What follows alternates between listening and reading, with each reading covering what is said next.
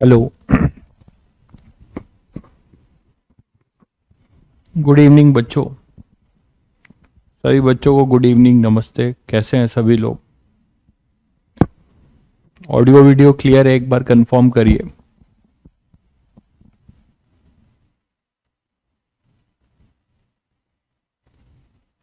अमित, दुर्गेश, सहजिया, प्रांजल, प्रणव, सभी को good evening, नमस्ते।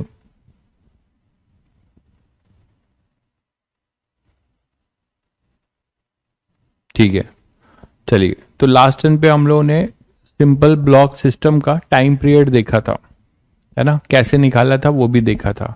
उस पर कुछ क्वेश्चंस कर रहे थे। हम बात करते हैं थोड़ा सा एनर्जी की, बात कर लेते हैं। Energy analysis in case of SHM.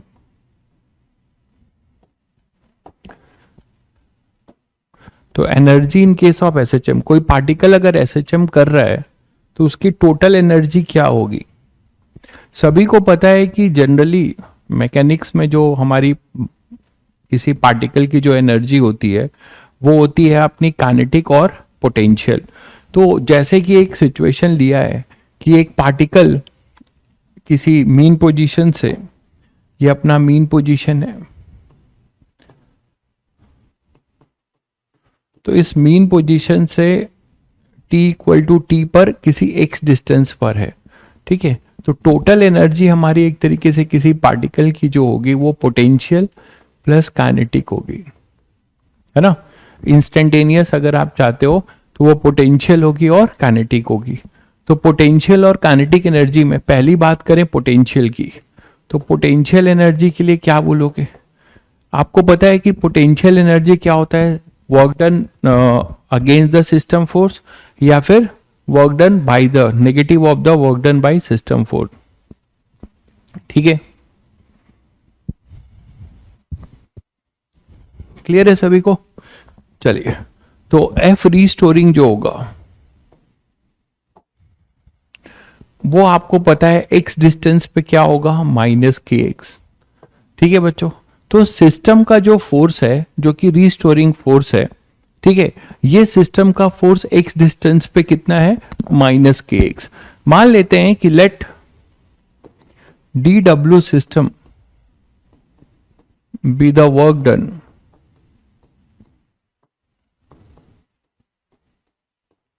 For, variable है तो इंटीग्रेट करना पड़ेगा, तो for dx displacement, for dx displacement, तो dx डिस्प्लेसमेंट का जो वर्क डन है fr का, वो dw सिस्टम है। तो dw सिस्टम क्या लिखोगे बच्चों? वो लिखोगे minus K x into D x, यही तो लिखोगे, minus K x into D x. Force का वो माइनस है, जिधर फोर्स लग रहा है डिस्प्लेसमेंट इधर हो रहा है, तो वो वहां से आप लिख सकते हो। ये अपने पास माइनस जो आएगा, ठीक है, इस माइनस को अगर मैं इधर लिख लेता हूं तो माइनस डी डब्ल्यू सिस्टम वो हो जाएगा कि एक्स डी एक्स, और इसी को हम डी यू लिख सकते हैं, इसी को हम डी यू लिख सकते हैं। तो डी यू जो होगा जीरो से यू, जब एक्स जीरो है मतलब पार्टिकल जब मीन पोजीशन पर है तो पोटेंशियल एनर्जी जीरो ली गई है, ठीक है, और किसी एक्स पे यू ली गई है। तो यहां से आपको पोटेंशियल एनर्जी का एक्सप्रेशन मिलता है, यू है वो हो जाएगा half k x square, just like spring force, है ना? जस्ट लाइक स्प्रिंग फोर्स की पोटेंशियल एनर्जी। बस अंतर क्या है कि यहां पर जो जनरल के है वो कुछ भी हो सकता है, ठीक है? और अगर यहाँ स्प्रिंग ब्लॉक होता तो फिर वो क्या होता, हाफ के एक्स स्क्वायर होता। तो उसमें जो स्प्रिंग ब्लॉक में जो के होता, that will be our now spring constant. ये अभी अपना जनरल कांस्टेंट है, ये अभी अपना जनरल कांस्टेंट है। तो this is the potential energy. Now we know x as a function of time. X हमारा क्या है, अगर t इक्वल टू जीरो पे पार्टिकल मीन पोजीशन से शुरू हुआ है, t इक्वल टू जीरो पे पार्टिकल मीन पोजीशन से शुरू हुआ है, तो बच्चों t equal to t time में आपको इक्वेशन लिखना आता है। इसका एम्पलीट्यूड अगर a है तो a साइन ओमेगा टी। तो potential energy as a function of time आप लिख सकते हो। एक्स की वैल्यू पुट करोगे तो A square sine square omega T. Now you all know omega square is equal to K by M. Omega square equal to K by M, ये सभी को पता है. तो के को हम लिख सकते हैं एम ओमेगा स्क्वायर, है ना. ये जनरल कांस्टेंट है. This is not a spring constant, this is proportionality constant. बार बार मैंने आपको बताया हुआ है ये. तो यहाँ पे पोटेंशियल एनर्जी मिलेगा हाफ एम ओमेगा स्क्वायर ए square sine square omega t. तो बच्चों ये अपनी पोटेंशियल एनर्जी किसी पार्टिकल का जो एसएचएम कर रहा है, तो टाइम के साथ उसकी पोटेंशियल एनर्जी जो है साइन स्क्वायर का फंक्शन होगा. उसकी जो पोटेंशियल एनर्जी होगी वो साइन स्क्वायर का फंक्शन होगा. ये क्लियर है बच्चों. तो हमारे पास होगा हाफ एम ओमेगा स्क्वायर ए square sine square omega t. Clear है सभी को. तो यहां तक आ गया आपका potential energy as a function of time. तो ये इंस्टेंटेनियस है, ये इंस्टेंटेनियस है. अब हम काइनेटिक एनर्जी की बात करें तो काइनेटिक एनर्जी भी आपके लिए बड़ी चीज नहीं है. अगर आपको x पता है as a function of time, तो आप यहां से v as a function of time निकाल सकते हो और हाफ एम वी स्क्वायर कर सकते हो. तो आगे बढ़े, देख लीजिए पहले ये.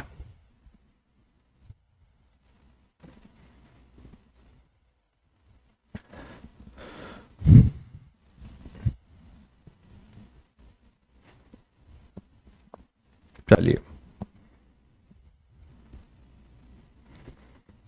तो kinetic energy as a function of time.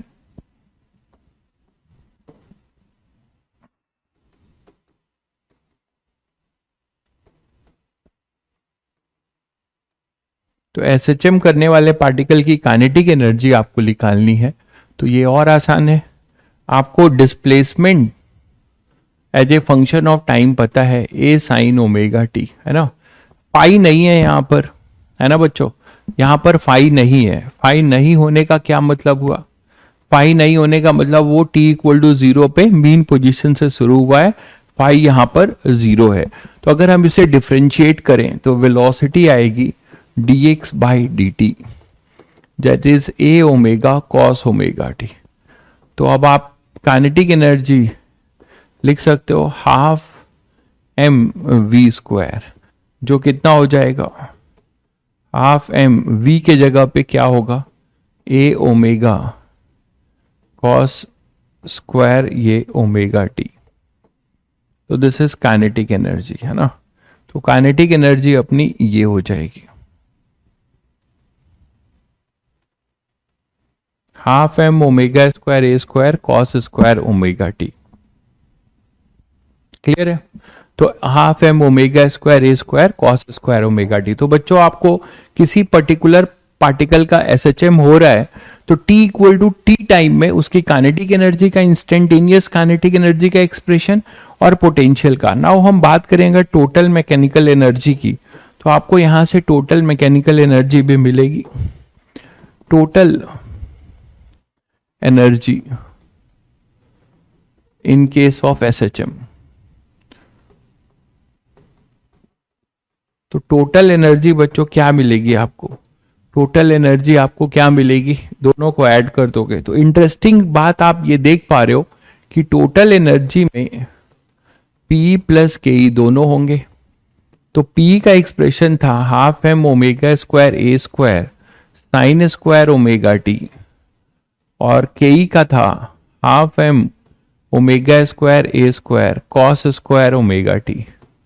अगर आप इसको कॉमन लेके आते हो तो sine square omega t plus cos square omega t, जो कि 1 हो जाता है.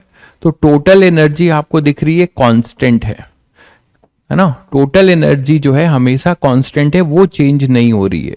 ये एक इंटरेस्टिंग बात है. हालांकि ये तभी पॉसिबल है जब आइडियल एसएचएम हो. ठीक है, जब ये आइडियल एसएचएम हो. जब ये कैसा हो, आइडियल एसएचएम, मतलब मतलब ये कि कभी भी ये एसएचएम रुके नहीं, इनफाइनाइट टाइम तक एसएचएम हो रहा हो, कोई भी इसमें रजिस्टिव फोर्स ना हो, कोई फ्रिक्शन ना हो, कोई एयर रेजिस्टेंस ना हो, है ना। डैम्पिंग जिसको हम आगे देखते हैं उसे कहते हैं डैम्पिंग। जब हमारा एम्पलीट्यूड धीरे धीरे धीरे धीरे रुक जाता है ड्यू टू रजिस्टिव फोर्स, तो उसे हम डैम्पिंग कहते हैं बच्चों। तो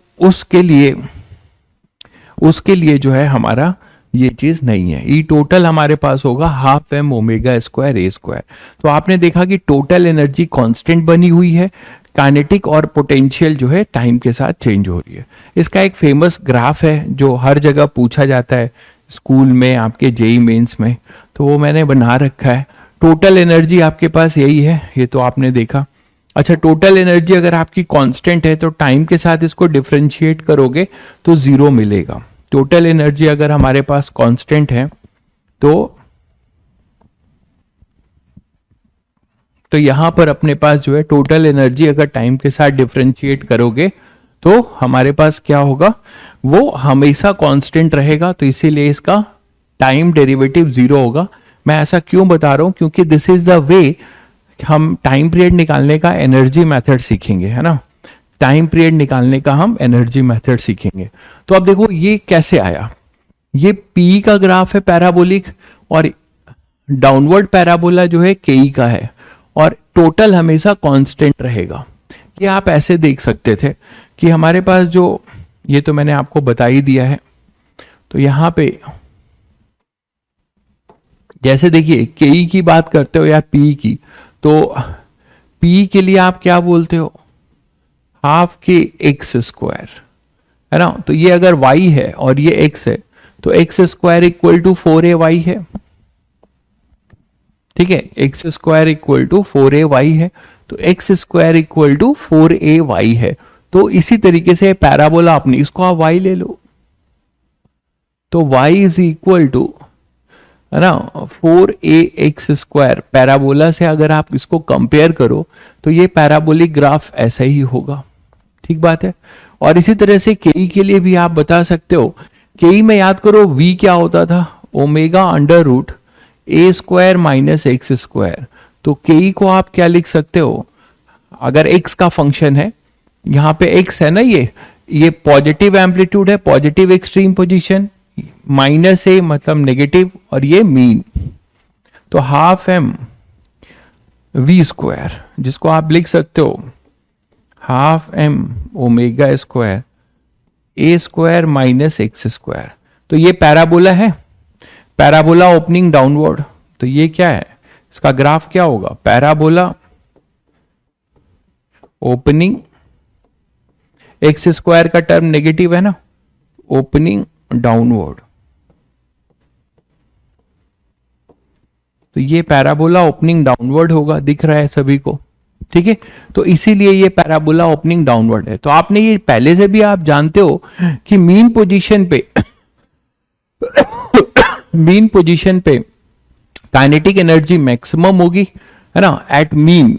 तो आप यहां से ये लिख सकते हो एट मीन के ई मैक्स होगा, और वो ई टोटल के बराबर होगा, और वो कितना होगा, half M v max square, mean position पे जो वेलोसिटी होती है। और वी मैक्स होता है ए ओमेगा, तो आप पुट करोगे तो आपके पास कितना आएगा, हाफ एम ओमेगा स्क्वायर ए स्क्वायर। तो हाफ एम ओमेगा स्क्वायर ए स्क्वायर, ठीक है। एट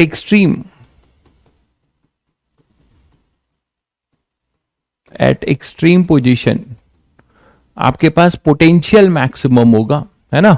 तो P मैक्स होगा, और this is equal to E total, और ये भी किसके बराबर होगा, वही हाफ एम ओमेगा स्क्वायर ए स्क्वायर के। टोटल एनर्जी वही रहेगी। तो आप ये देख रहे हो कि किसी मीन टाइम में आप देख रहे हो कि काइनेटिक और पोटेंशियल वो चेंज होती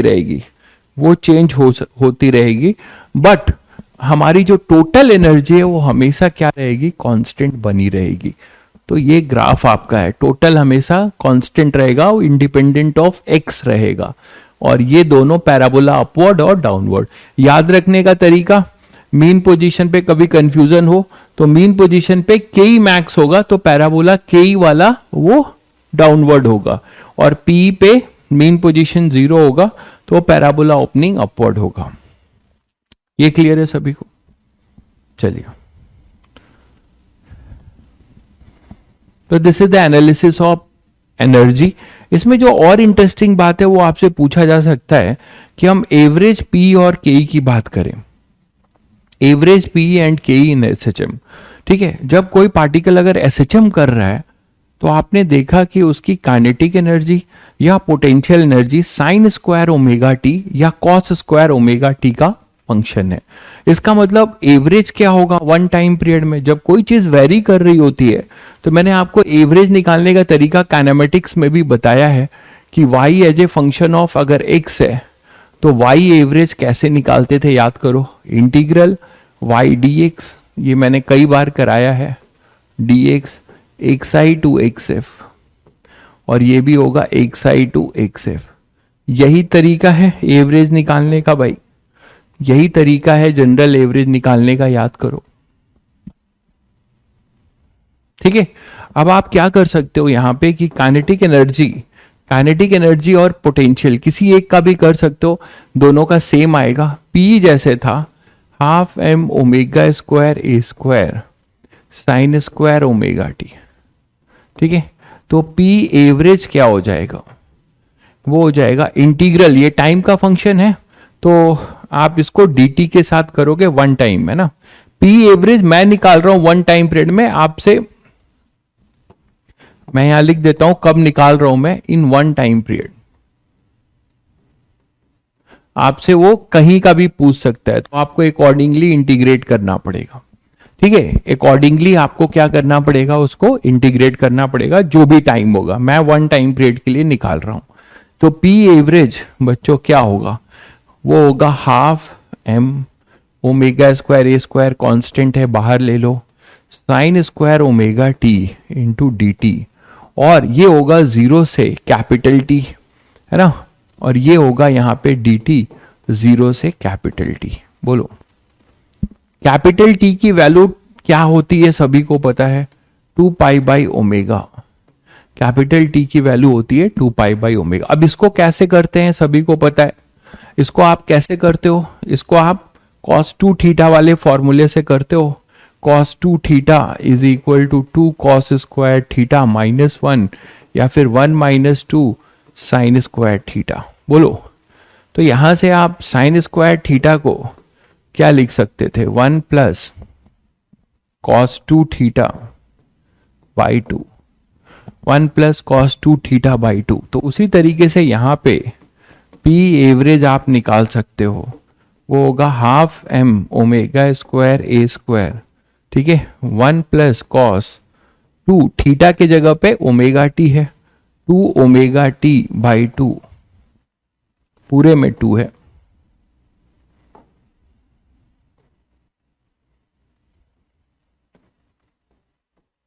डी टी 0 से t, और इधर डी टी 0 से t।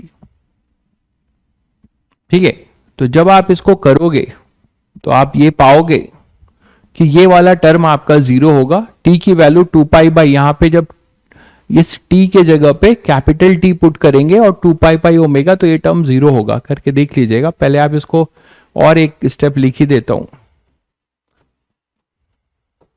और ये dt का t मैंने यहां लिख दिया। ठीक है, और यहां पे हो जाएगा, अब इसको अलग अलग कर सकते हो, इसको अलग अलग कर सकते हो, 1 बाई 2 डी टी 0 से t plus cos 2 omega T D T 0 से t। ठीक है, तो इसको आप जब करेंगे t को 2 पाई बाई, यहां पे t को पहले तो इसको साइन आ जाएगा, कर दिया है तो कर ही दे रहा हूं, तो ये होगा m ओमेगा स्क्वायर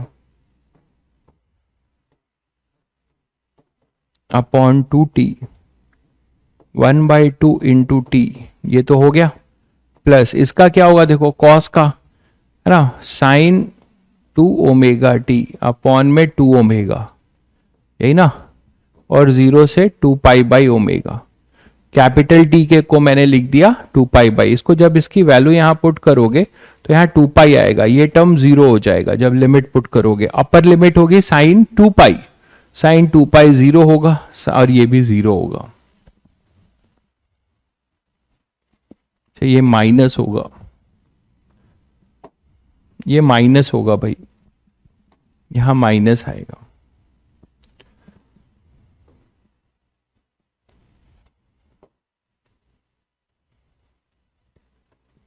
ठीक है, तो ये पूरा टर्म 0 होगा, बाहर निकल के आएगा t/2। तो फाइनली P एवरेज आपको मिलता है, यहां से t/2 मिलेगा 2 तो m omega square a square, ये t और ये t कट जाएगा फिर, है ना, तो अपने पास आएगा 4। तो ये सब डायरेक्ट रिजल्ट हैं जो आपको याद भी रखना चाहिए, सब जेई मेंस में सब डायरेक्ट पूछ लिए जाते हैं। तो P average one time period में ये होगा बच्चों, P एवरेज जो होगा वन टाइम पीरियड में 1/4 होगा, है ना, मैक्सिमम का हाफ होगा। मैक्सिमम कितना था, हाफ एम ओमेगा स्क्वायर ए स्क्वायर, उसका आधा होगा, तो 1/4 M omega square A square, this is our P average, this is our P average. इसी तरीके से K एवरेज निकालोगे तो कॉस स्क्वायर को इंटीग्रेट करोगे, उसका भी यही रिजल्ट आएगा। ठीक है, आप कॉस स्क्वायर से आप इसको चेंज करेंगे, ये फिर से आपको वही मिलेगा। तो P एवरेज भी यही है, उसको आप करेंगे। ठीक है, और K एवरेज अगर पूछा जाए इन वन टाइम पीरियड, है ना, वो भी अपना यही आएगा, जस्ट लाइक P एवरेज। उसमें कॉस स्क्वायर को आपको क्या करना पड़ेगा, इंटीग्रेट। तो K एवरेज जो होगा वन टाइम पीरियड में वो होगा 1/4 m ओमेगा स्क्वायर ए स्क्वायर। तो दोनों के लिए सेम रिजल्ट आता है। इंटरेस्टिंग बात क्या है, इंटरेस्टिंग बात यह है बच्चों कि आप देख रहे हो कि अगर वन टाइम पीरियड में, आप खुद देखो, आपने मैथ्स पढ़ा है,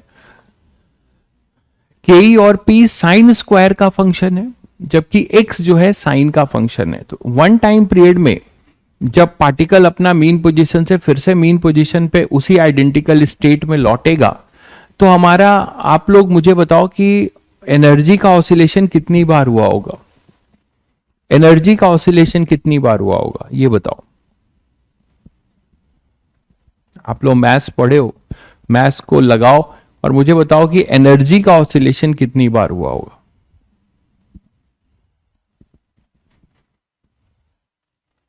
एनर्जी का ऑसिलेशन कितनी बार हुआ होगा,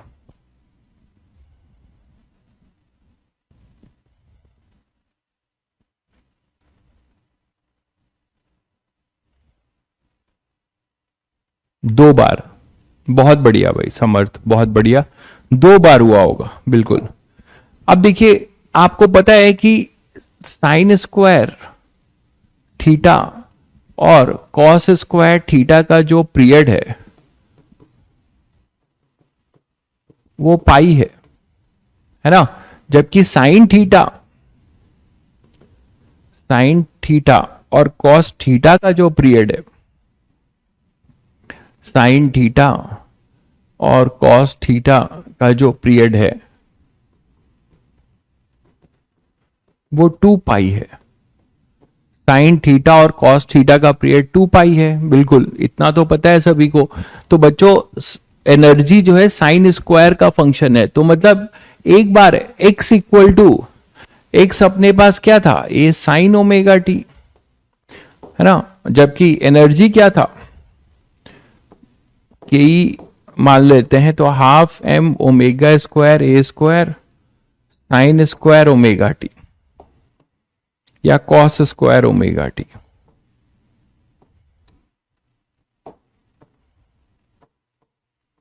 तो ये देखो आप, ठीक है, इसका पीरियड यहां पे 2 पाई है, इसका पीरियड यहां पे पाई है। तो इससे समझ गए होगे कि एक बार जब पार्टिकल अपना पूरा टाइम पीरियड कंप्लीट करेगा तो एनर्जी का 2 बार ऑसिलेशन होगा, मतलब एनर्जी 2 बार पोटेंशियल से काइनेटिक में जाएगी, काइनेटिक से पोटेंशियल में जाएगी। भाई देखिए, मैं आप लोगों को एक सिंपल रिक्वेस्ट करता हूं, ठीक है। जैसे कुछ बच्चे परेशान हैं कि उन्होंने छोड़ दिया, इन्होंने छोड़ दिया, आप रहेंगे नहीं रहेंगे 12th में। यार ये सब चीज़ें जो है ना, मतलब यहाँ डिस्कस करने का कोई मतलब नहीं है, ठीक है। मैं पढ़ा रहा हूँ तो आपको समझ में आ रहा है कि मैं पढ़ाऊंगा ही, ऑब्वियस सी बात है, ठीक है। और किसी ने क्यों छोड़ा, क्या हुआ, आपको पूरा चीज़ पता नहीं होगा अंदर की बात, तो इससे आप बहुत सारा आकलन लगा के परेशान होते रहते हैं। तो ये फील्ड में जब चीजें हैं तभी मैं तुम लोगों को कहता हूं, ठीक है, तभी मैं तुम लोगों को कहता हूं बच्चों की केवल पढ़ाई पे ध्यान देने का है। यहाँ जितने भी लोग हैं आज के जमाने में 90% 95% लोग जो हैं उनको पहले अपना देखना है।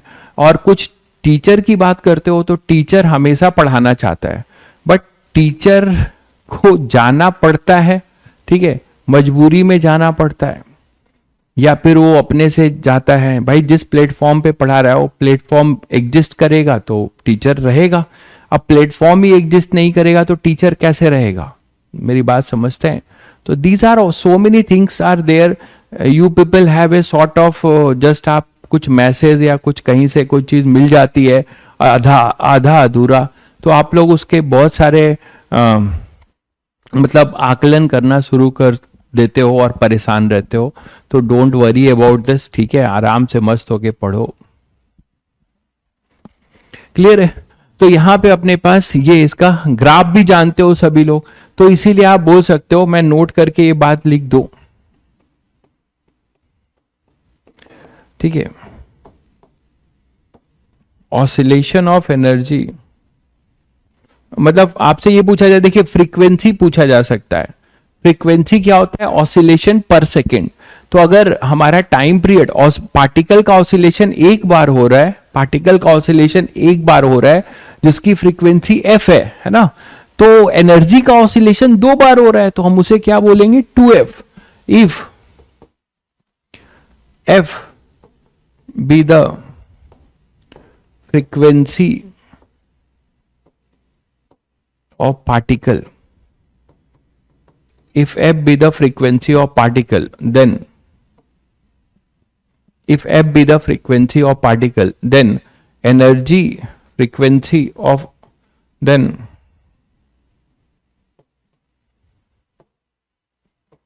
frequency of energy, मतलब oscillation of energy, that is oscillation of energy,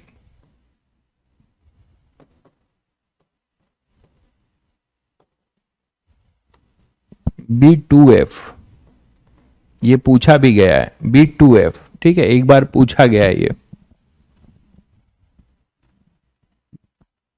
कोई भी बुक, मैंने तुम लोगों को कहा था कि कोई भी बुक सही है, बस वो चैप्टर वाइज या टॉपिक वाइज होनी चाहिए।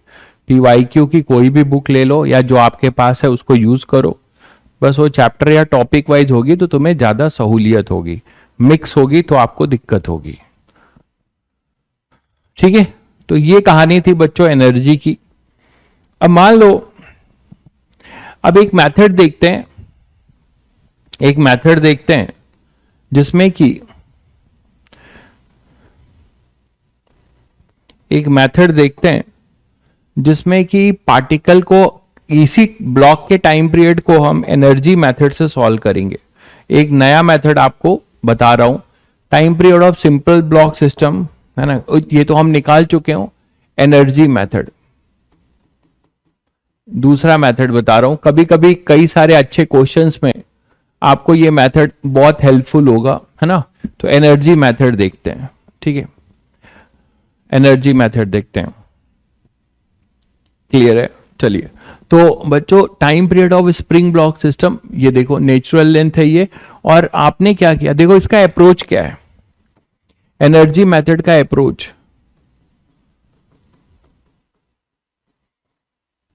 अप्रोच ये है बच्चों कि right the total energy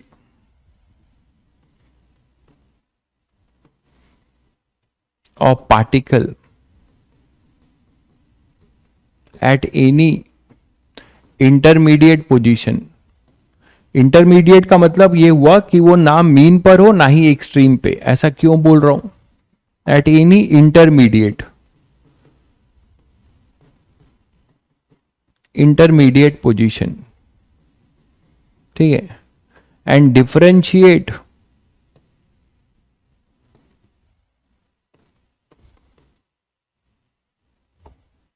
and differentiate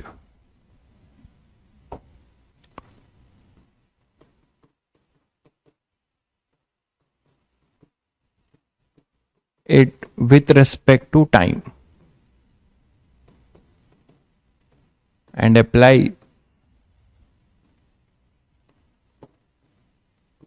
dE total by dt equal to 0।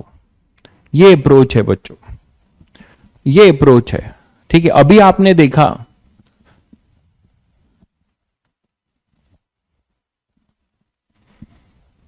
12 continue क्यों नहीं कर सकते आप लोग के? अगर कहीं आप पढ़ रहे हैं, आपको 12th के चैप्टर्स पढ़ाए जा रहे हैं, आप पढ़िए, आप इजीली समझ पाएंगे, है ना। इतनी अप्रोच आपकी डेवलप करा दी है मैंने कि आप बिल्कुल कर सकते हैं, ठीक है।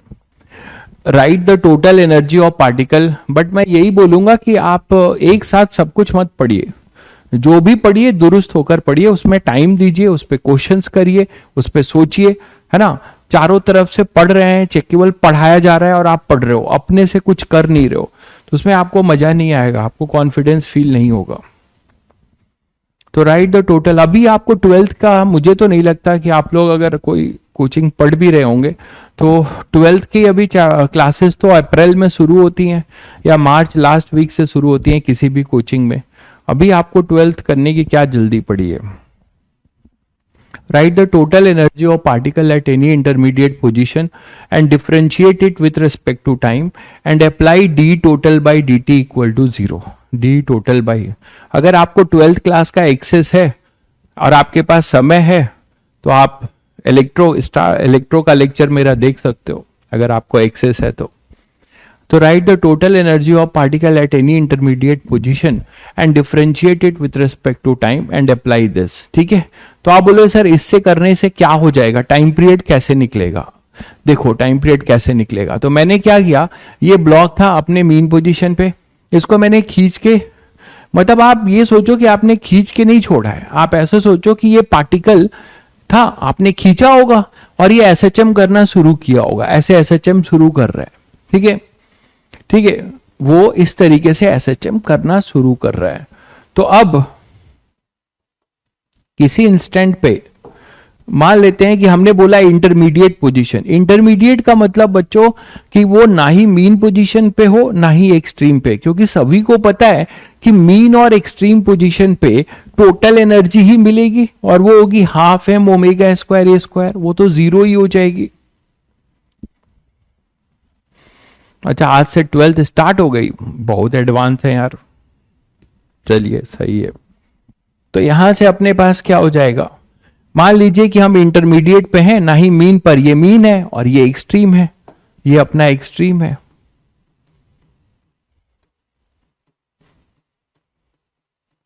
ये एक्सट्रीम है, ठीक है।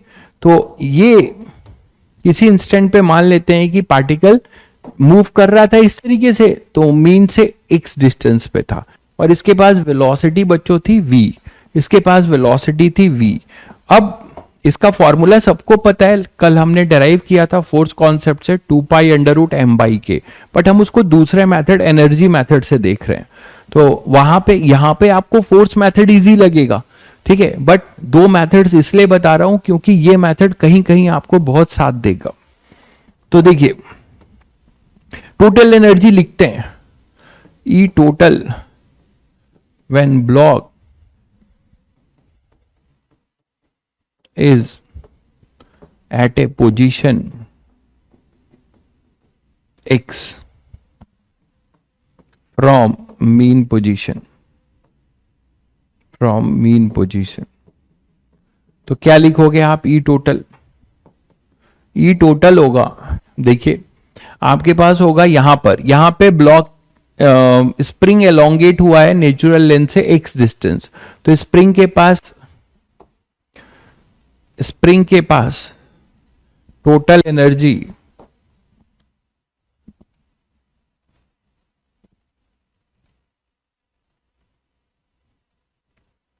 प्रकाश भाई कह रहे हैं सर आप अपना खुद का प्लेटफॉर्म क्यों नहीं खोलते हैं? अरे हमसे कोई ना पड़ेगा, यही तो बात है। मास्टर को रोजी रोटी भी तो चलानी है, खुद का प्लेटफॉर्म मैं फ्री में नहीं खोल पाऊंगा। मेरे भी बच्चे हैं, माँ है, बाप है, दुनियादारी है, तो एक बेयर मिनिमम पैसा चाहिए, ये दिक्कत है। तो खुद का प्लेटफॉर्म कहाँ से खोल पाएंगे? खुद का प्लेटफॉर्म खोलो, फ्री में ना पढ़ाओ तो कोई पढ़ने नहीं आएगा। तो ई टोटल अपने पास क्या होगा? Half M. और एक और बात है कि ऑनलाइन में वही चलता है जिसका भौकाल टाइट होता है।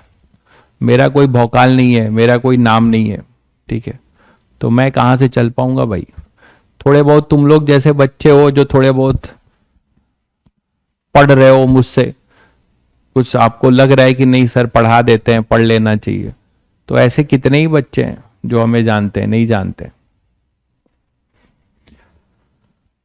तो हाफ एम वी स्क्वायर,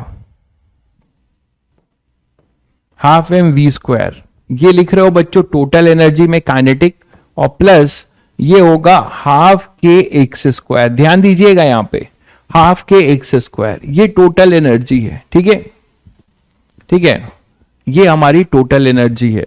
तो half M we square plus half k x square equal to E total, ये है, ठीक है। अब इसको डिफरेंशिएट मारो, चलो नेक्स्ट स्लाइड लेते हैं। तो इसको डिफरेंशिएट मारते हैं, आपको मजेदार चीज मिलेगी। तो हमारे पास जो टोटल एनर्जी थी किसी इंस्टेंट पे, इंटरमीडिएट पोजीशन पे, वो ये थी, है ना। तो बच्चों इसको डिफरेंशिएट करो, differentiating both side with respect to time, तो क्या मिलेगा? D total upon d t equal to half m d by D t of v square plus half k d by D t of x square. देखो ध्यान से, ये आएगा,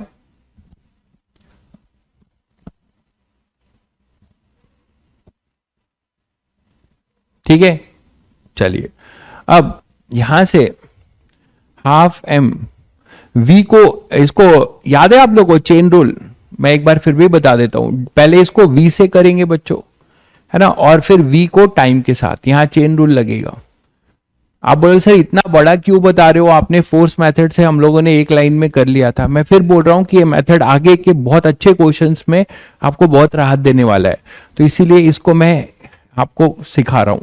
यहां पे अगर टाइम है तो यहां भी पहले एक्स के रिस्पेक्ट में होगा, एक्स स्क्वायर है तो पहले हम एक्स के रिस्पेक्ट में करेंगे बच्चों, और फिर एक्स को टाइम के साथ करेंगे, एक्स को टाइम के साथ डिफरेंशिएट करेंगे। बोलो ये क्लियर है सभी को? तो यहां से जब करोगे तो हाफ एम, देखो ये डिफरेंशिएट करोगे तो आएगा 2v, और इधर आ जाएगा dv बाई डी टी, ठीक बात, प्लस इधर देखो हाफ के, ये हो जाएगा 2x, और ये हो जाएगा dx बाई डी टी, ठीक है। और ये टर्म सभी को पता है, टोटल एनर्जी हमेशा जीरो होगी, कांस्टेंट रहेगी, वो टाइम का फंक्शन नहीं होगी, ठीक है।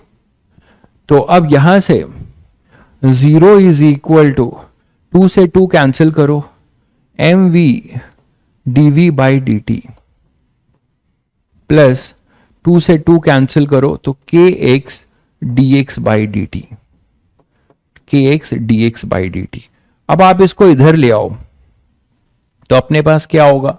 माइनस के एक्स, ध्यान दीजिएगा, M we D we by D T is equal to बच्चों minus K x D x by D T.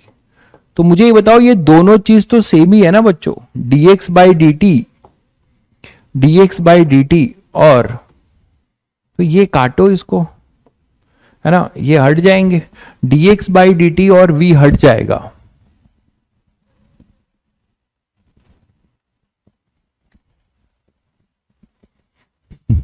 Tanishq तुम परेशान मत हो, ठीक है, तुम्हें सब कुछ पता है तो ठीक है, तुम परेशान मत हो, अभी मुझसे पढ़ाई करो। आपको मुझसे फिजिक्स सीखनी है तो हमेशा सिखाता रहूंगा। यहाँ जितने भी बच्चे हैं उनको अगर मुझसे फिजिक्स सीखना है तो मैं उनको हमेशा सिखाता रहूंगा, टेंशन मत लीजिए, ठीक है। तो यहां पे अपने पास dx बाई dt और ये v है। नेक्स्ट देखो, तो यहां पे अपने पास dv बाई dt क्या होता है बच्चों, ये होगा एक्सेलरेशन, ये एक्सेलरेशन होगा। तो एक्सेलरेशन होगा minus k by m into x, minus k by m into x, this is acceleration, ठीक है। ये है a equal to minus k by m into x. अब आप ध्यान करो कि ये हमारा एसएचएम का प्रूव हुआ, क्योंकि एसएचएम में यही कहता है कि restoring force directly proportional to X है या acceleration directly proportional to X है, ठीक है, acceleration directly proportional to X है। तो यहां पे एक्सेलरेशन जो है डायरेक्टली प्रोपोर्शनल टू एक्स होगा बच्चों, और इसको कंपेयर कर दो a equal to minus omega square X से, वही अपना जाना पहचाना रिजल्ट मिलता है, omega equal to under root K by M, या time period equal to 2 by omega, that is 2 under root M by K. तो आप ये एनर्जी मेथड से भी आपने इसे डिराइव किया, हालांकि आपको बड़ा लग रहा होगा, ठीक है, हालांकि आपको ये बड़ा लग रहा होगा।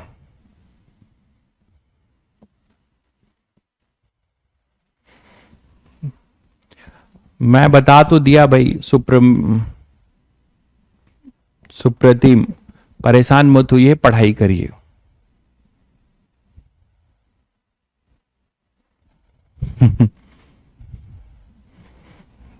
ठीक है समर्थ, पढ़ाई करो, हम तुम्हारे साथ हैं, टेंशन मत लो, सेलेक्ट कराएंगे तुमको एडवांस तक। तो t equal to 2 by omega, that is 2 under root M by K, और ये एक्सेलरेशन अपने पास हो जाएगा। बिल्कुल रहेंगे भाई, बिल्कुल रहेंगे, आप टेंशन मत लीजिए।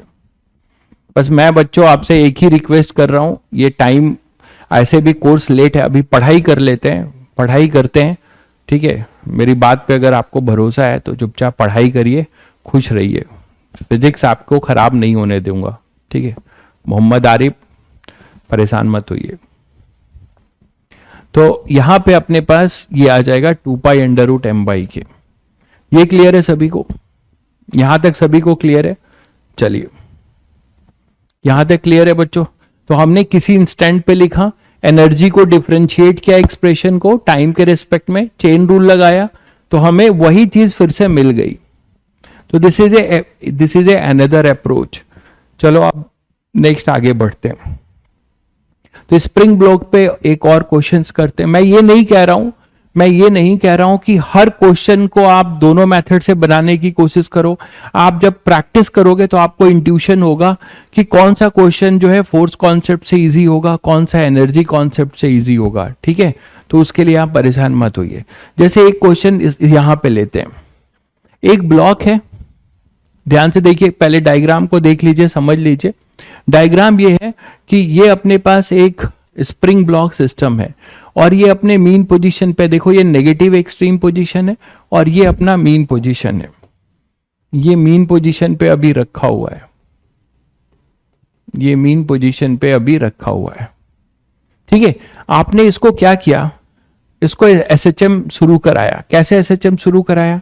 आप इसको पुश कर दिए, कहां तक पुश कर दिया? नेगेटिव एक्सट्रीम तक। ये मैंने नेक्स्ट बनाया है, देखो ये t इक्वल टू 0 है, इस डायग्राम से मैंने आपको यहां बनाया है, ये है t इक्वल टू 0। आपने इसको इस तरह प्रेस कर दिया, ठीक है, और ये मैक्सिमम कॉम्प्रेस करके छोड़ दिया। अब ये ब्लॉक यहां पे जाएगा, बट द प्रॉब्लम इज कि यहां पे आपने एक दीवार खड़ा कर रखा है, यहां पे आपने एक दीवार खड़ा कर रखा है, कुछ ऐसा।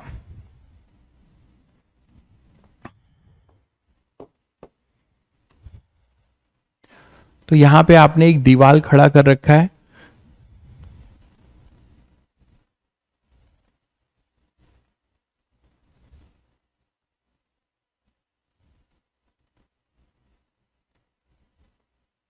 ठीक है, दिस इज द वॉल।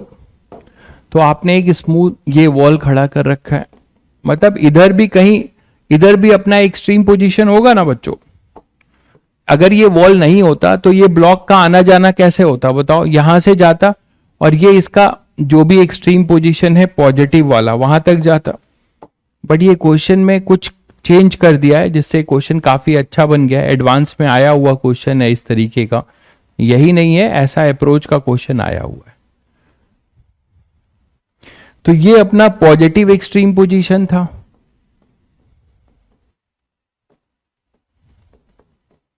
लेकिन इस दीवाल के वजह से ये यहां से तो चलेगा, फिर यहां पे आएगा मीन पे, मीन से आएगा फिर अपने ये पॉजिटिव एक्सट्रीम तक नहीं पहुंच पाएगा, ये दीवाल से टकरा के फिर से लौट आएगा, दीवाल से टकरा के फिर से लौट आएगा।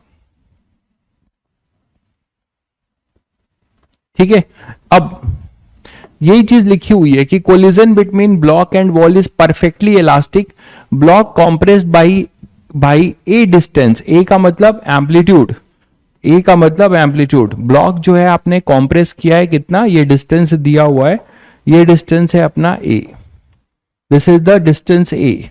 तो ये अगर ए डिस्टेंस होगा बच्चों तो ये भी ए डिस्टेंस होगा मीन पोजीशन से, लेकिन वॉल आ चुका है, बीच में वॉल आ चुका है।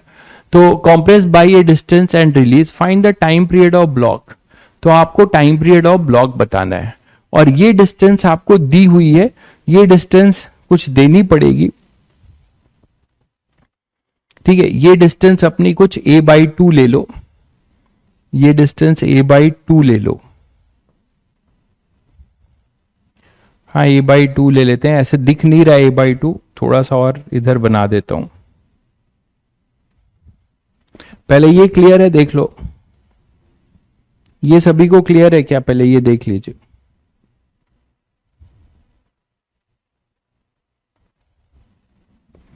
ठीक है, तो a/2 ले लेते हैं, थोड़ा सा मैं इसको a/2 लगे इसके लिए थोड़ा और इसको पास बना देता हूं।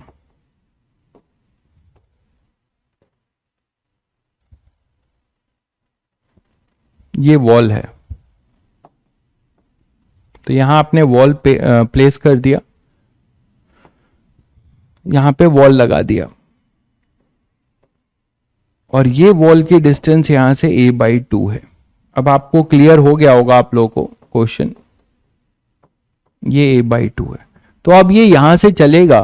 ठीक है, सभी को क्लियर है भाई, अगर ये वॉल नहीं होता तो ये यहां से यहां आता जाता है, इसका टाइम पीरियड होता है 2π√m/k, समझिएगा। अब ये यहां से आपने इसको पूरा कॉम्प्रेस कर दिया है, नेगेटिव एम्पलीट्यूड से छोड़ रहे हो, तो वहां से चलेगा अपने मीन तक आएगा। ठीक, अब मीन से ये अपने पॉजिटिव एक्सट्रीम तक नहीं जा पाएगा, बीच में ही वॉल से कोलाइड करके, और इलास्टिक कोलिजन है तो फिर से उसी वेलोसिटी से रिबॉन्ड कर जाएगा, फिर से उसी वेलोसिटी से रिबॉन्ड कर जाएगा। तो हमें इसका टाइम पीरियड निकालना है। तो ऐसे क्वेश्चंस को आप कैसे करेंगे बच्चों, यहां पर आप डायरेक्ट 2π√m/k फॉर्मूला नहीं लगा सकते। क्यों? क्योंकि इस तरफ मोशन कंप्लीट नहीं हुआ है, ये बीच a/2 से ही लौट आ रहा है। ठीक है, तो a/2 मैंने लिया नहीं है, ये गिवन है, मैंने a/2 लिया नहीं है, ये गिवन है, मैं लिख देता हूं, wall is at a distance a/2,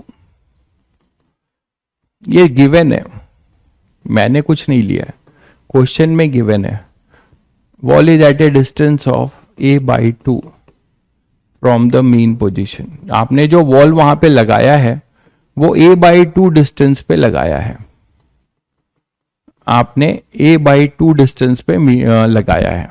ठीक है, ये आपको गिवन है, ये भी गिवन है डेटा। क्लियर है सभी को? चलिए करते हैं। तो बच्चों ये बताओ कि अगर ये वाला जो पोजीशन है इसमें तो अपने नेचुरल टाइम पीरियड में ही चल रहा है। क्यों? क्योंकि नेगेटिव एक्सट्रीम से पॉजिटिव एक्सट्रीम तक जाने में कितना टाइम लगता है? t/4, याद करो। तो इसको अगर मैं नेमिंग किया हूं, ये पॉइंट अगर A है, ये B है और ये C है, तो TAB क्या होगा? आप लोग कमेंट करके बताओ, TAB टाइम पीरियड क्या होगा? एक नेगेटिव एक्सट्रीम से मीन तक जाने का टाइम क्या होगा वो आप लोग बताओ। नेगेटिव एक्सट्रीम से मीन तक जाने का टाइम क्या होगा? इस स्प्रिंग ब्लॉक का टोटल टाइम अगर T है तो नेगेटिव एक्सट्रीम से मीन तक जाने का टाइम क्या होगा बच्चों? कमेंट करके बताइए।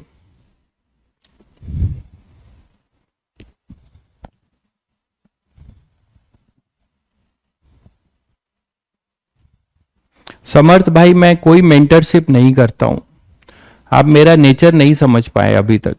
मैं केवल बच्चों को बेस्ट से बेस्ट पढ़ाता हूं और मैं उसी पे विश्वास रखता हूं और बार बार बच्चों को भी यही शिक्षा देता हूं कि मैं बेस्ट पढ़ाने की कोशिश करता हूं, आप बेस्ट पढ़ने की कोशिश करो। इसमें कोई रॉकेट साइंस है नहीं। बाकी मेंटरशिप जो लोग कर रहे हैं आपसे, बहुत सारे आईआईटियंस हैं जो अपने चैनल खोले हुए हैं, वो आपको मेंटरशिप कर रहे हैं, 20,000 25,000 30,000 जो भी डिमांड कर रहे हैं वो आप दे रहे हो, उनसे मेंटरशिप ले रहे हो। तो ये सब आपकी महिमा है, उनकी महिमा है। मेरे से मेंटरशिप नहीं होता, मुझे सब इतना टैलेंट नहीं है मेरे अंदर। इतना टैलेंट मतलब वही बातें, बकवास बातें, झूठ चीजों को बोलना, गलत सलत चीजों को करना, वो मुझे नहीं आता। मुझे एक ही चीज पता होता है कि आपको बेस्ट गाइडेंस मिलनी चाहिए और आप बेस्ट से बेस्ट अपनी मेहनत कर रहे हैं, खुद से पेन चला रहे हैं, आपको सिलेक्शन से कोई नहीं रोक सकता। बस ये 2 लाइन है। इसके लिए आप मेंटरशिप प्रोग्राम ज्वाइन करो या जो करो, बट मुझसे बच्चे, यहाँ जितने भी बच्चे हैं सुन लीजिए, मुझसे प्लीज ये सब चीजें की इच्छा मत रखिए कि मैं आपको काउंसलिंग करूंगा, मेंटरशिप करूंगा। मैं सब नहीं कर पाता हूं। मुझे बस पढ़ाना आता है, मैं पढ़ाता हूं और मैं यही आशा करता हूं अपने बच्चों से कि वो भी पढ़ाई करेंगे, अपने से पढ़ाई करेंगे, अपने से स्ट्रगल करेंगे, अपने से क्वेश्चंस करेंगे, वो निश्चित सेलेक्ट हो जाएंगे। मुझे इतनी ही मेंटरशिप आती है जो फ्री ऑफ कॉस्ट आपको मैंने दे दिया। तो TAB अपने पास क्या होगा? TAB अपने पास हो जाएगा T/4। ठीक है, यही मैं पूछ रहा था, बहुत बच्चों ने बता भी दिया, धैर्य ने बता दिया, बहुत बढ़िया धैर्य। T/4 होगा। ये कल भी हमने देखा था कि नेगेटिव एक्सट्रीम से मीन पोजीशन पे जाने का टाइम होगा T/4 और ये जो टाइम पीरियड होगा स्प्रिंग ब्लॉक का वो आपको पता है। तो 1/4 इंटू 2π√m/k। यहां पार्ट पार्ट में हम निकालेंगे, यहां से यहां के मोशन का टाइम पीरियड हमें मिल जाएगा, वो स्टैंडर्ड टाइम पीरियड का। अगर ये वॉल नहीं है, अभी इस वॉल का लेना देना ही नहीं है ना, तो ये अपना स्प्रिंग ब्लॉक नेचुरली ऑसिलेट कर रहा है T टाइम से, तो यहां से यहां जाने में T/4, तो ये हो जाएगा π/2√m/k, π/2√m/k। ये क्लियर है बच्चों? अब आप आ जाओ यहां से मीन पोजीशन से वॉल की दूरी। अब आपको यहां पर ध्यान दीजिए, ब्लॉक मीन पे पहुंच चुका है। अब मीन से मान लो A/2 डिस्टेंस गया। आप ऐसे सोचो कि for TBC, for BC journey को सोचो। BC जर्नी में C जो है ना ही एक्सट्रीम का पॉइंट है ना ही मीन का पॉइंट है बच्चों, वो जनरल पॉइंट है। तो आप ऐसे लिख सकते हो कि ब्लॉक अपना मान लो यहां पे था, मीन पे, आप ऐसे सोचो कि ब्लॉक मीन पे आ गया, ठीक है, और यहां से ये यहां पर आ गया A/2 पे।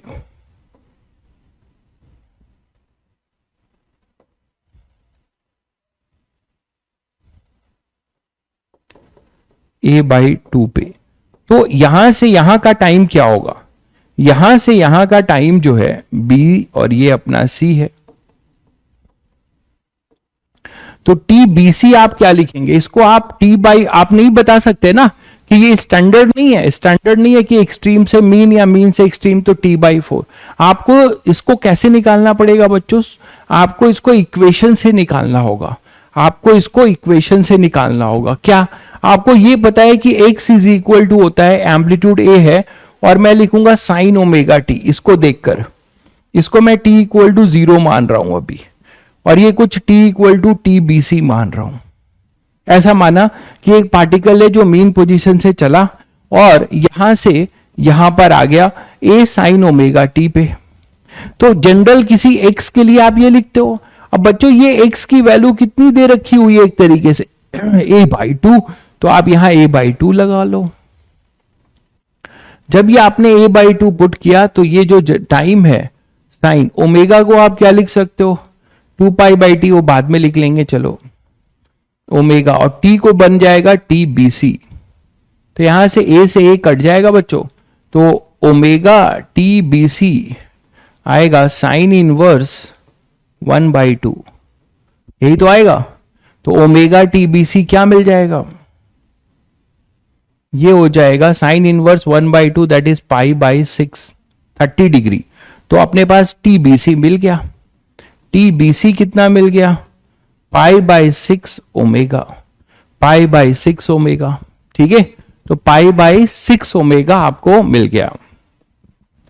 एनर्जी मेथड से आपको टाइम कहां मिलेगा यार? एनर्जी मेथड से टाइम कहां मिलेगा? एनर्जी मेथड अगर आप लगाओगे तो एनर्जी मेथड से कंप्लीट टाइम पीरियड मिलेगा ना, उसमें केवल V, ओमेगा ये सब चीजें होंगी। इसके लिए तो आपको इक्वेशन ही यूज करना होगा, इसके लिए तो आपको इक्वेशन ही बच्चों यूज करना होगा। कोई जनरल इंटरमीडिएट पोजीशन की बात बोल रहा है तो उसके लिए, इसीलिए आपको मैंने एक क्वेश्चन कराया, कभी आप ऐसे फंसे तो इसको याद करिए। ये आपको बताता है ना displacement as a function of time, तो आपको a/2 पता है, तो यहां आपने a/2 पुट किया, उसके कॉरस्पॉन्डिंग का टाइम मिल जाएगा, उसके कॉरस्पॉन्डिंग का आपको टाइम मिल जाएगा। क्लियर है? चलिए, तो अब आप TBC भी जान चुके हो, TAB भी। अब क्या होगा, यहां से रिबॉन्ड करेगा, यहां पे कोई वेलोसिटी होगी, ठीक है, वो वेलोसिटी भी हम निकाल सकते हैं। ठीक है, वो वेलोसिटी भी हम निकाल सकते हैं। साइन इनवर्स कैसे आया भाई? पेन चलाओ, आपको मिल जाएगा। ये साइन ओमेगा TBC है ना 1/2, तो ओमेगा TBC ये थीटा ही तो है, तो थीटा क्या होगा? Sign inverse 1/2। क्लियर है? पेन चलाइए भाई सुमित, आपको मिल जाएगा। तो TBC आ जाएगा बच्चों π/6 ओमेगा। अब मेरा ये कहना है कि ये इधर से रिबॉन्ड होगा, अब रिबॉन्ड होके फिर से यहां पे आएगा, फिर से इधर जाएगा, तो वन टाइम पीरियड तब माना जाएगा जब ये यहां से यहां जाए, फिर कोलिजन करे, कोलिजन करके रिबॉन्ड हो, रिबॉन्ड होके यहां आए, फिर से ये यहां पर आए, तो that is one time period. तो यहां जाने का जो टाइम होगा वही आने का, लौटने का टाइम होगा, है ना। तो अब आप इन दोनों का सम करके ट्वाइस कर दीजिए, इन दोनों का सम करके आप इसको ट्वाइस कर दीजिए बच्चों। तो इनका सम करके आप इसको ट्वाइस करने वाले हैं, तो आपके पास मिलने वाला है टोटल टाइम T नेट, वो होगा TAB प्लस TBC और इंटू टू। क्लियर है?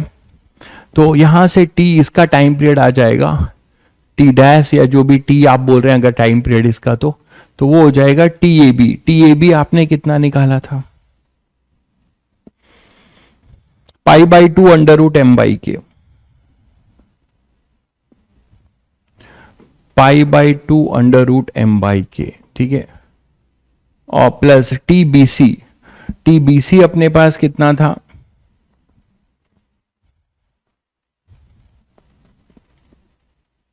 TBC अपने पास कितना था? TBC था π/6 ओमेगा, और ओमेगा को 2π/t लिख दीजिए, π/6 ओमेगा। ओमेगा को आप लिख सकते हैं 2π/t, तो इस फॉर्मेट में आ जाएगा। अच्छा, ये T और ये T, तो इसको एक काम करो, T नेट कर लो,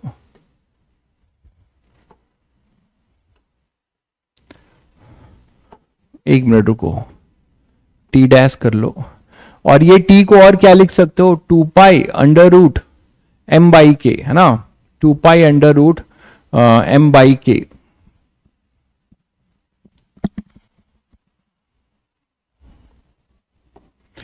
तो ओमेगा अपने पास कितना आ जाएगा? ओमेगा को हम डायरेक्ट लिख सकते हैं क्या? ओमेगा तो √k/m ही होता है ना, इसको यहां पुट कर दो। ओमेगा तो √k/m ही होता है, तो T डैश आ जाएगा 2π/2 √m/k प्लस π/6, और ये हो जाएगा तो √m/k। अब इनको सॉल्व कर लीजिए, तो T डैश आएगा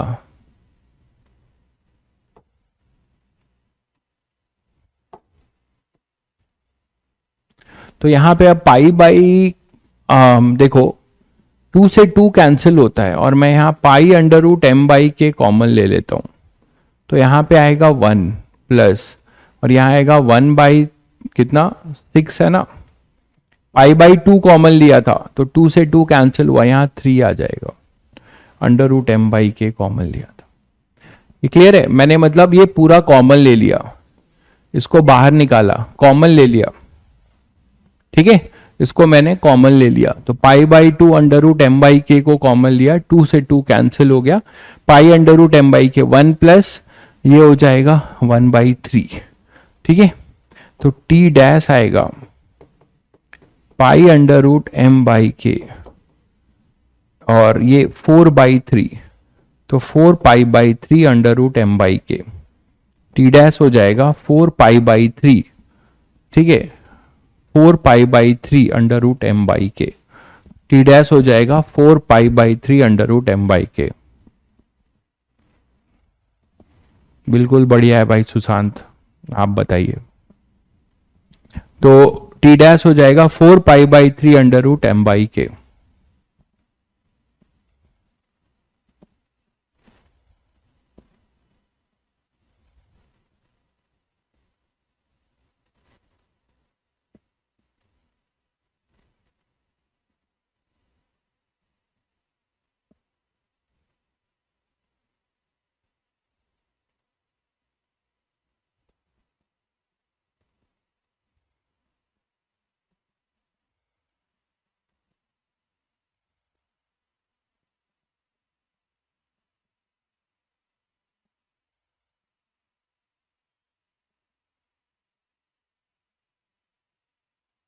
क्लियर है, चलिए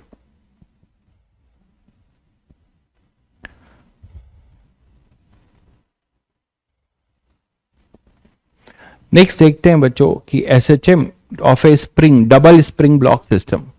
double spring block system, 2 block system का हम एसएचएम कैसे निकालेंगे, ये एक इंटरेस्टिंग क्वेश्चन है और इसमें मैकेनिक्स का भरपूर यूज होगा। सेंटर ऑफ मास को याद कर लीजिए, सेंटर ऑफ मास को याद कर लीजिए।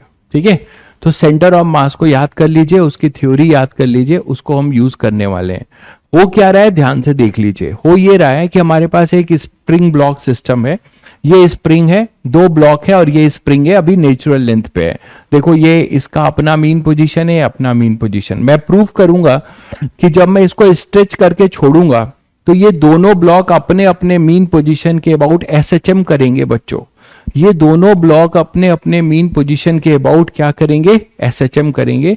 ये मैं प्रूव करूंगा। ठीक है, इसको अगर मैं खींच के छोड़ दूंगा तो कुछ डिस्प्लेस करूंगा स्लाइटली, अभी तो यही ये नेट फोर्स 0 है, नेचुरल लेंथ पे है, तो इसको मैंने खींच के छोड़ दिया। तो जब मैंने खींचा तो ये अपने मीन पोजीशन से x2 डिस्प्लेस हुआ और ये अपने मीन पोजीशन से x1 डिस्प्लेस हुआ।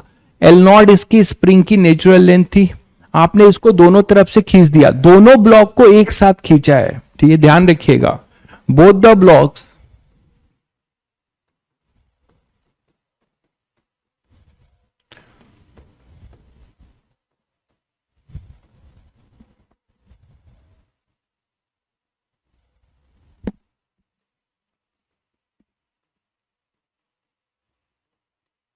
साइमल्टेनियसली है, both the block release simultaneously at t equal to 0, है ना, from a distance x1 and x2,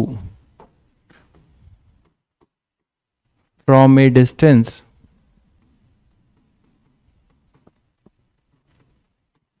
x1 and x2 from the mean position, at a distance x1 and x2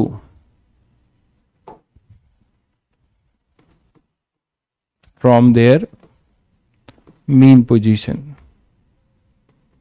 ठीक है, तो दोनों के mean position से आपने इनको छोड़ा, किससे, x1 और x2 से। ठीक है, दोनों ब्लॉक्स के मासेज अलग अलग हैं, बिल्कुल मासेज अलग अलग हैं भाई, बिल्कुल अलग अलग हैं। तो यहां से बच्चों आपने इसको क्या किया, पकड़ के ऐसे खींच कर छोड़ दिया। तो जब ये खींच के छोड़ोगे तो क्या होगा, ये लौटेंगे, ठीक है, अपने मीन पोजीशन पे आएंगे, फिर और कॉम्प्रेस हो जाएंगे और अपने नेगेटिव एक्सट्रीम पे आएंगे। तो मैं ये प्रूव करने जा रहा हूं कि ये दोनों इस तरीके से अपने अपने मीन पोजीशन के अबाउट एसएचएम करेंगे। इसको कैसे प्रूव कर रहा हूं देखिए, आप मुझे ये बताओ कि जब इसको छोड़ दोगे तो इस पे स्प्रिंग फोर्स लगेगा। मैंने स्प्रिंग फोर्स kx1 नहीं लिखा, इधर kx2 नहीं लिखा। ये सबको पता है कि जो अपना स्प्रिंग है उसका total elongation x1 plus x2 हो चुका है बच्चों। तो total elongation X not equal to एक तरीके से x1 प्लस x2 है। X not is total elongation, है ना, total elongation in the spring. भाई एक ही स्प्रिंग में दो फोर्स नहीं लग सकता भाई। किसी से कुछ बच्चे सोच रहे होंगे ऐसा कि सर यहाँ KX1 लगेगा, इधर KX2 लगेगा, ऐसा टैलेंट जो है कुछ बच्चों को लग रहा होगा।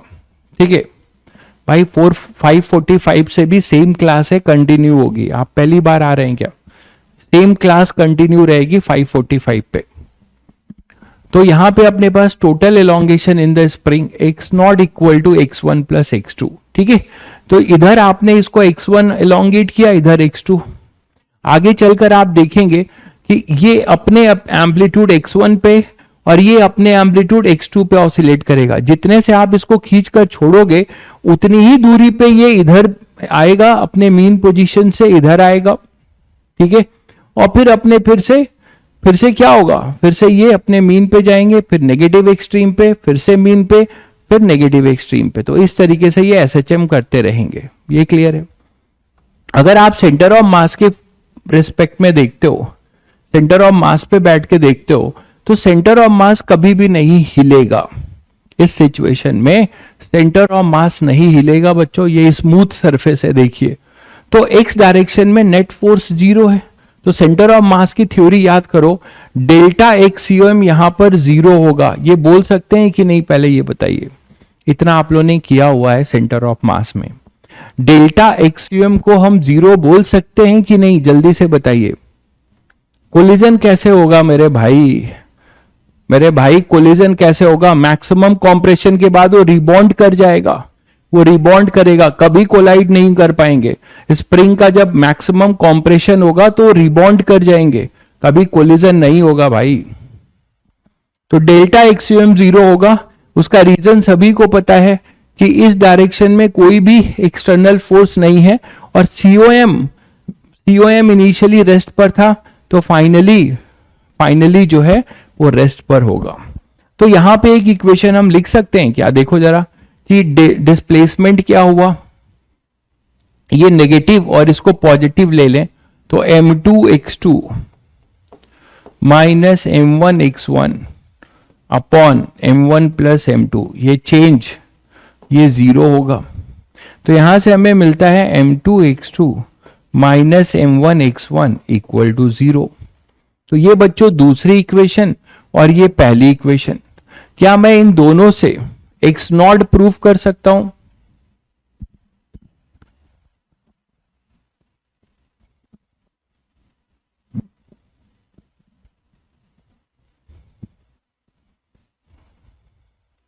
भाई फ्लूइड में मैंने थ्योरी नहीं करा दी है, आप जाके क्वेश्चंस ट्राई करिए। और 10 लेक्चर का पूरा टॉपिक गया है।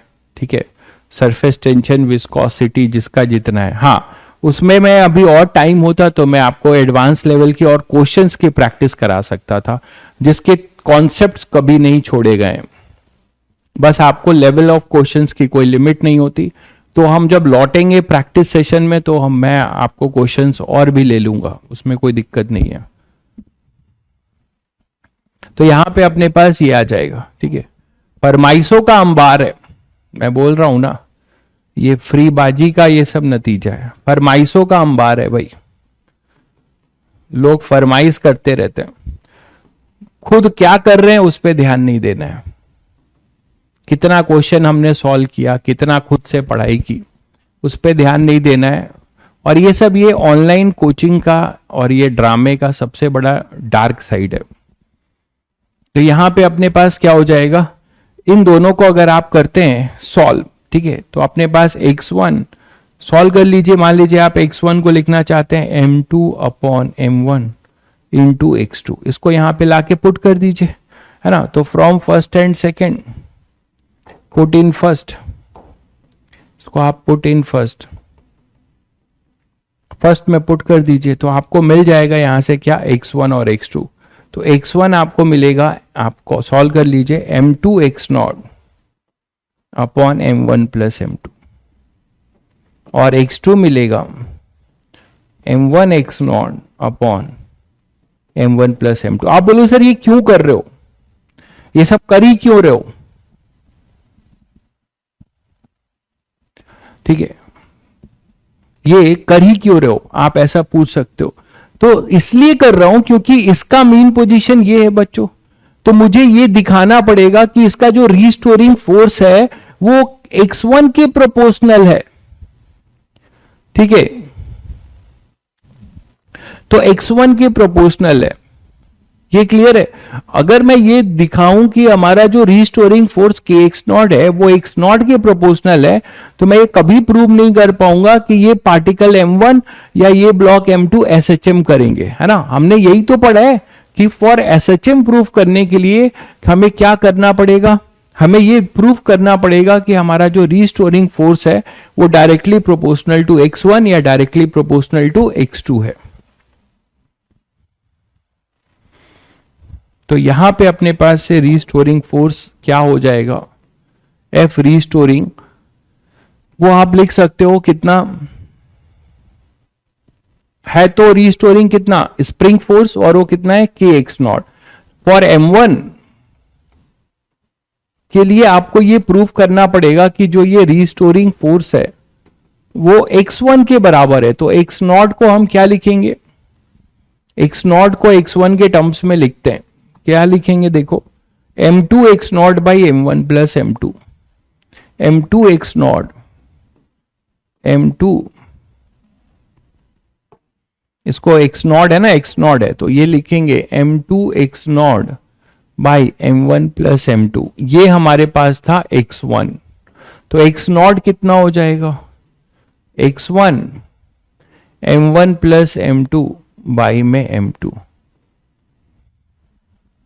तो यहां पे आ जाएगा m1 प्लस m2 बाई में m2, ये हो जाएगा x1। तो अब आपको दिख रहा होगा कि हमारा जो सिद्धार्थ, आप फालतू में अपना समय जाया कर रहे हो भाई, मुझे कुछ भी नहीं पता जो आप बता रहे हैं। ठीक है, अननेसेसरी आप यहां कमेंट करके डिस्टर्ब कर रहे हैं। कौन कहां गया, कौन क्या कर रहा है, how I can know, just go and ask that particular person.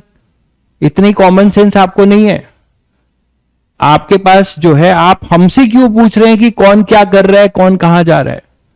Just go and ask that particular teacher and that particular person.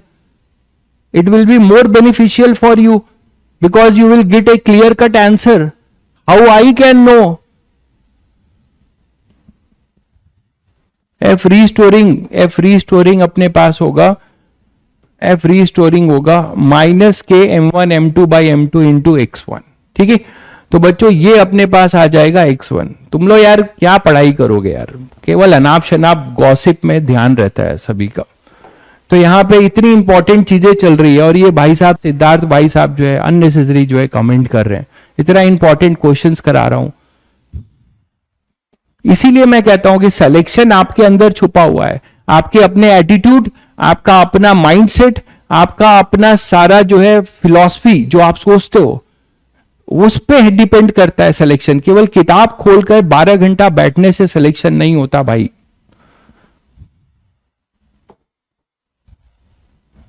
तो यहां पे अगर अपने पास रीस्टोरिंग आ गया तो अब आपने प्रूफ कर दिया कि जो अपना रीस्टोरिंग फोर्स है वो डायरेक्टली प्रोपोर्शनल टू, आप बोलोगे सर यही तो रीस्टोरिंग भी है, बिल्कुल है, लेकिन हमें इसको प्रूफ करना होगा कि ये x1 के प्रोपोर्शनल होगा।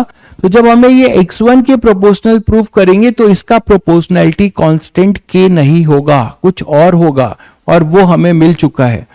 कितना मिल चुका है देखो, ये मिला है, ये है हमारा प्रोपोर्शनैलिटी कांस्टेंट।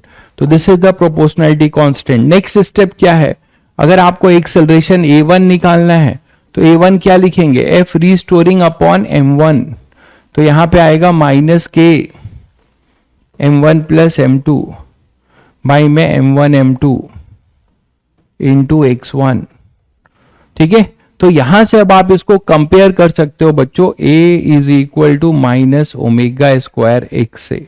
तो जब आप इसको कंपेयर करोगे तो आपको ये टर्म जो है ओमेगा आपको मिलेगा, ये टर्म पूरा ओमेगा स्क्वायर मिलेगा। तो इसको आप कंपेयर करोगे तो ये ओमेगा स्क्वायर मिलेगा। तो आपको मजेदार चीज मिलती है ओमेगा, और वो कितना मिल रहा है, अंडर रूट के m1 प्लस m2 बाई में m1 m2। तो टाइम पीरियड क्या हो जाएगा, 2 pi by omega 2 pi under root m1 m2 by में k m1 प्लस m2। तो ये मिला टाइम पीरियड, ये मिला टाइम पीरियड। ये समझ में आया सभी को। अब आप बोलोगे सर इसको अगर m2 के लिए करें तो m2 के लिए भी कर लो, m2 के लिए भी यही आएगा, सेम टाइम पीरियड आएगा। मतलब दोनों अलग अलग एम्पलीट्यूड में ऑसिलेट करेंगे लेकिन दोनों का टाइम पीरियड सेम होगा। ये चीज देख रहे हैं आप। आपने अभी देखा m1 x not upon m1 plus m2 is your x2। तो यहां से x नॉट आप हटाओगे तो आएगा m1 plus m2 upon m1 into x2 into x2।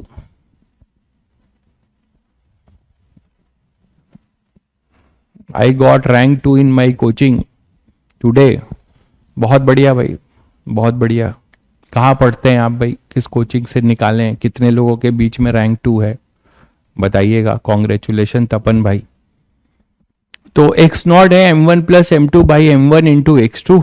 तो बच्चों यहां पे अपने पास रीस्टोरिंग अगर देखो तो रीस्टोरिंग फिर से अपने पास क्या है, माइनस के x नॉट ही है। अब इस x नॉट को इसके टर्म्स में करो तो फॉर m2 आपको टाइम पीरियड मिल जाएगा, क्योंकि m2 के लिए आपको इसकी प्रोपोर्शनैलिटी x2 के प्रोपोर्शनल दिखानी होगी, क्योंकि m2 के लिए, ठीक है, m2 के लिए जो प्रोपोर्शनैलिटी है वो x2 के प्रोपोर्शनल आपको दिखानी पड़ेगी। तो देखते हैं, तो वो आप दिखा सकते हो यहां से। रीस्टोरिंग क्या होगा बताओ, माइनस के, इसकी वैल्यू आप लिख सकते हो m1 प्लस m2 बाई में m1 इंटू x2।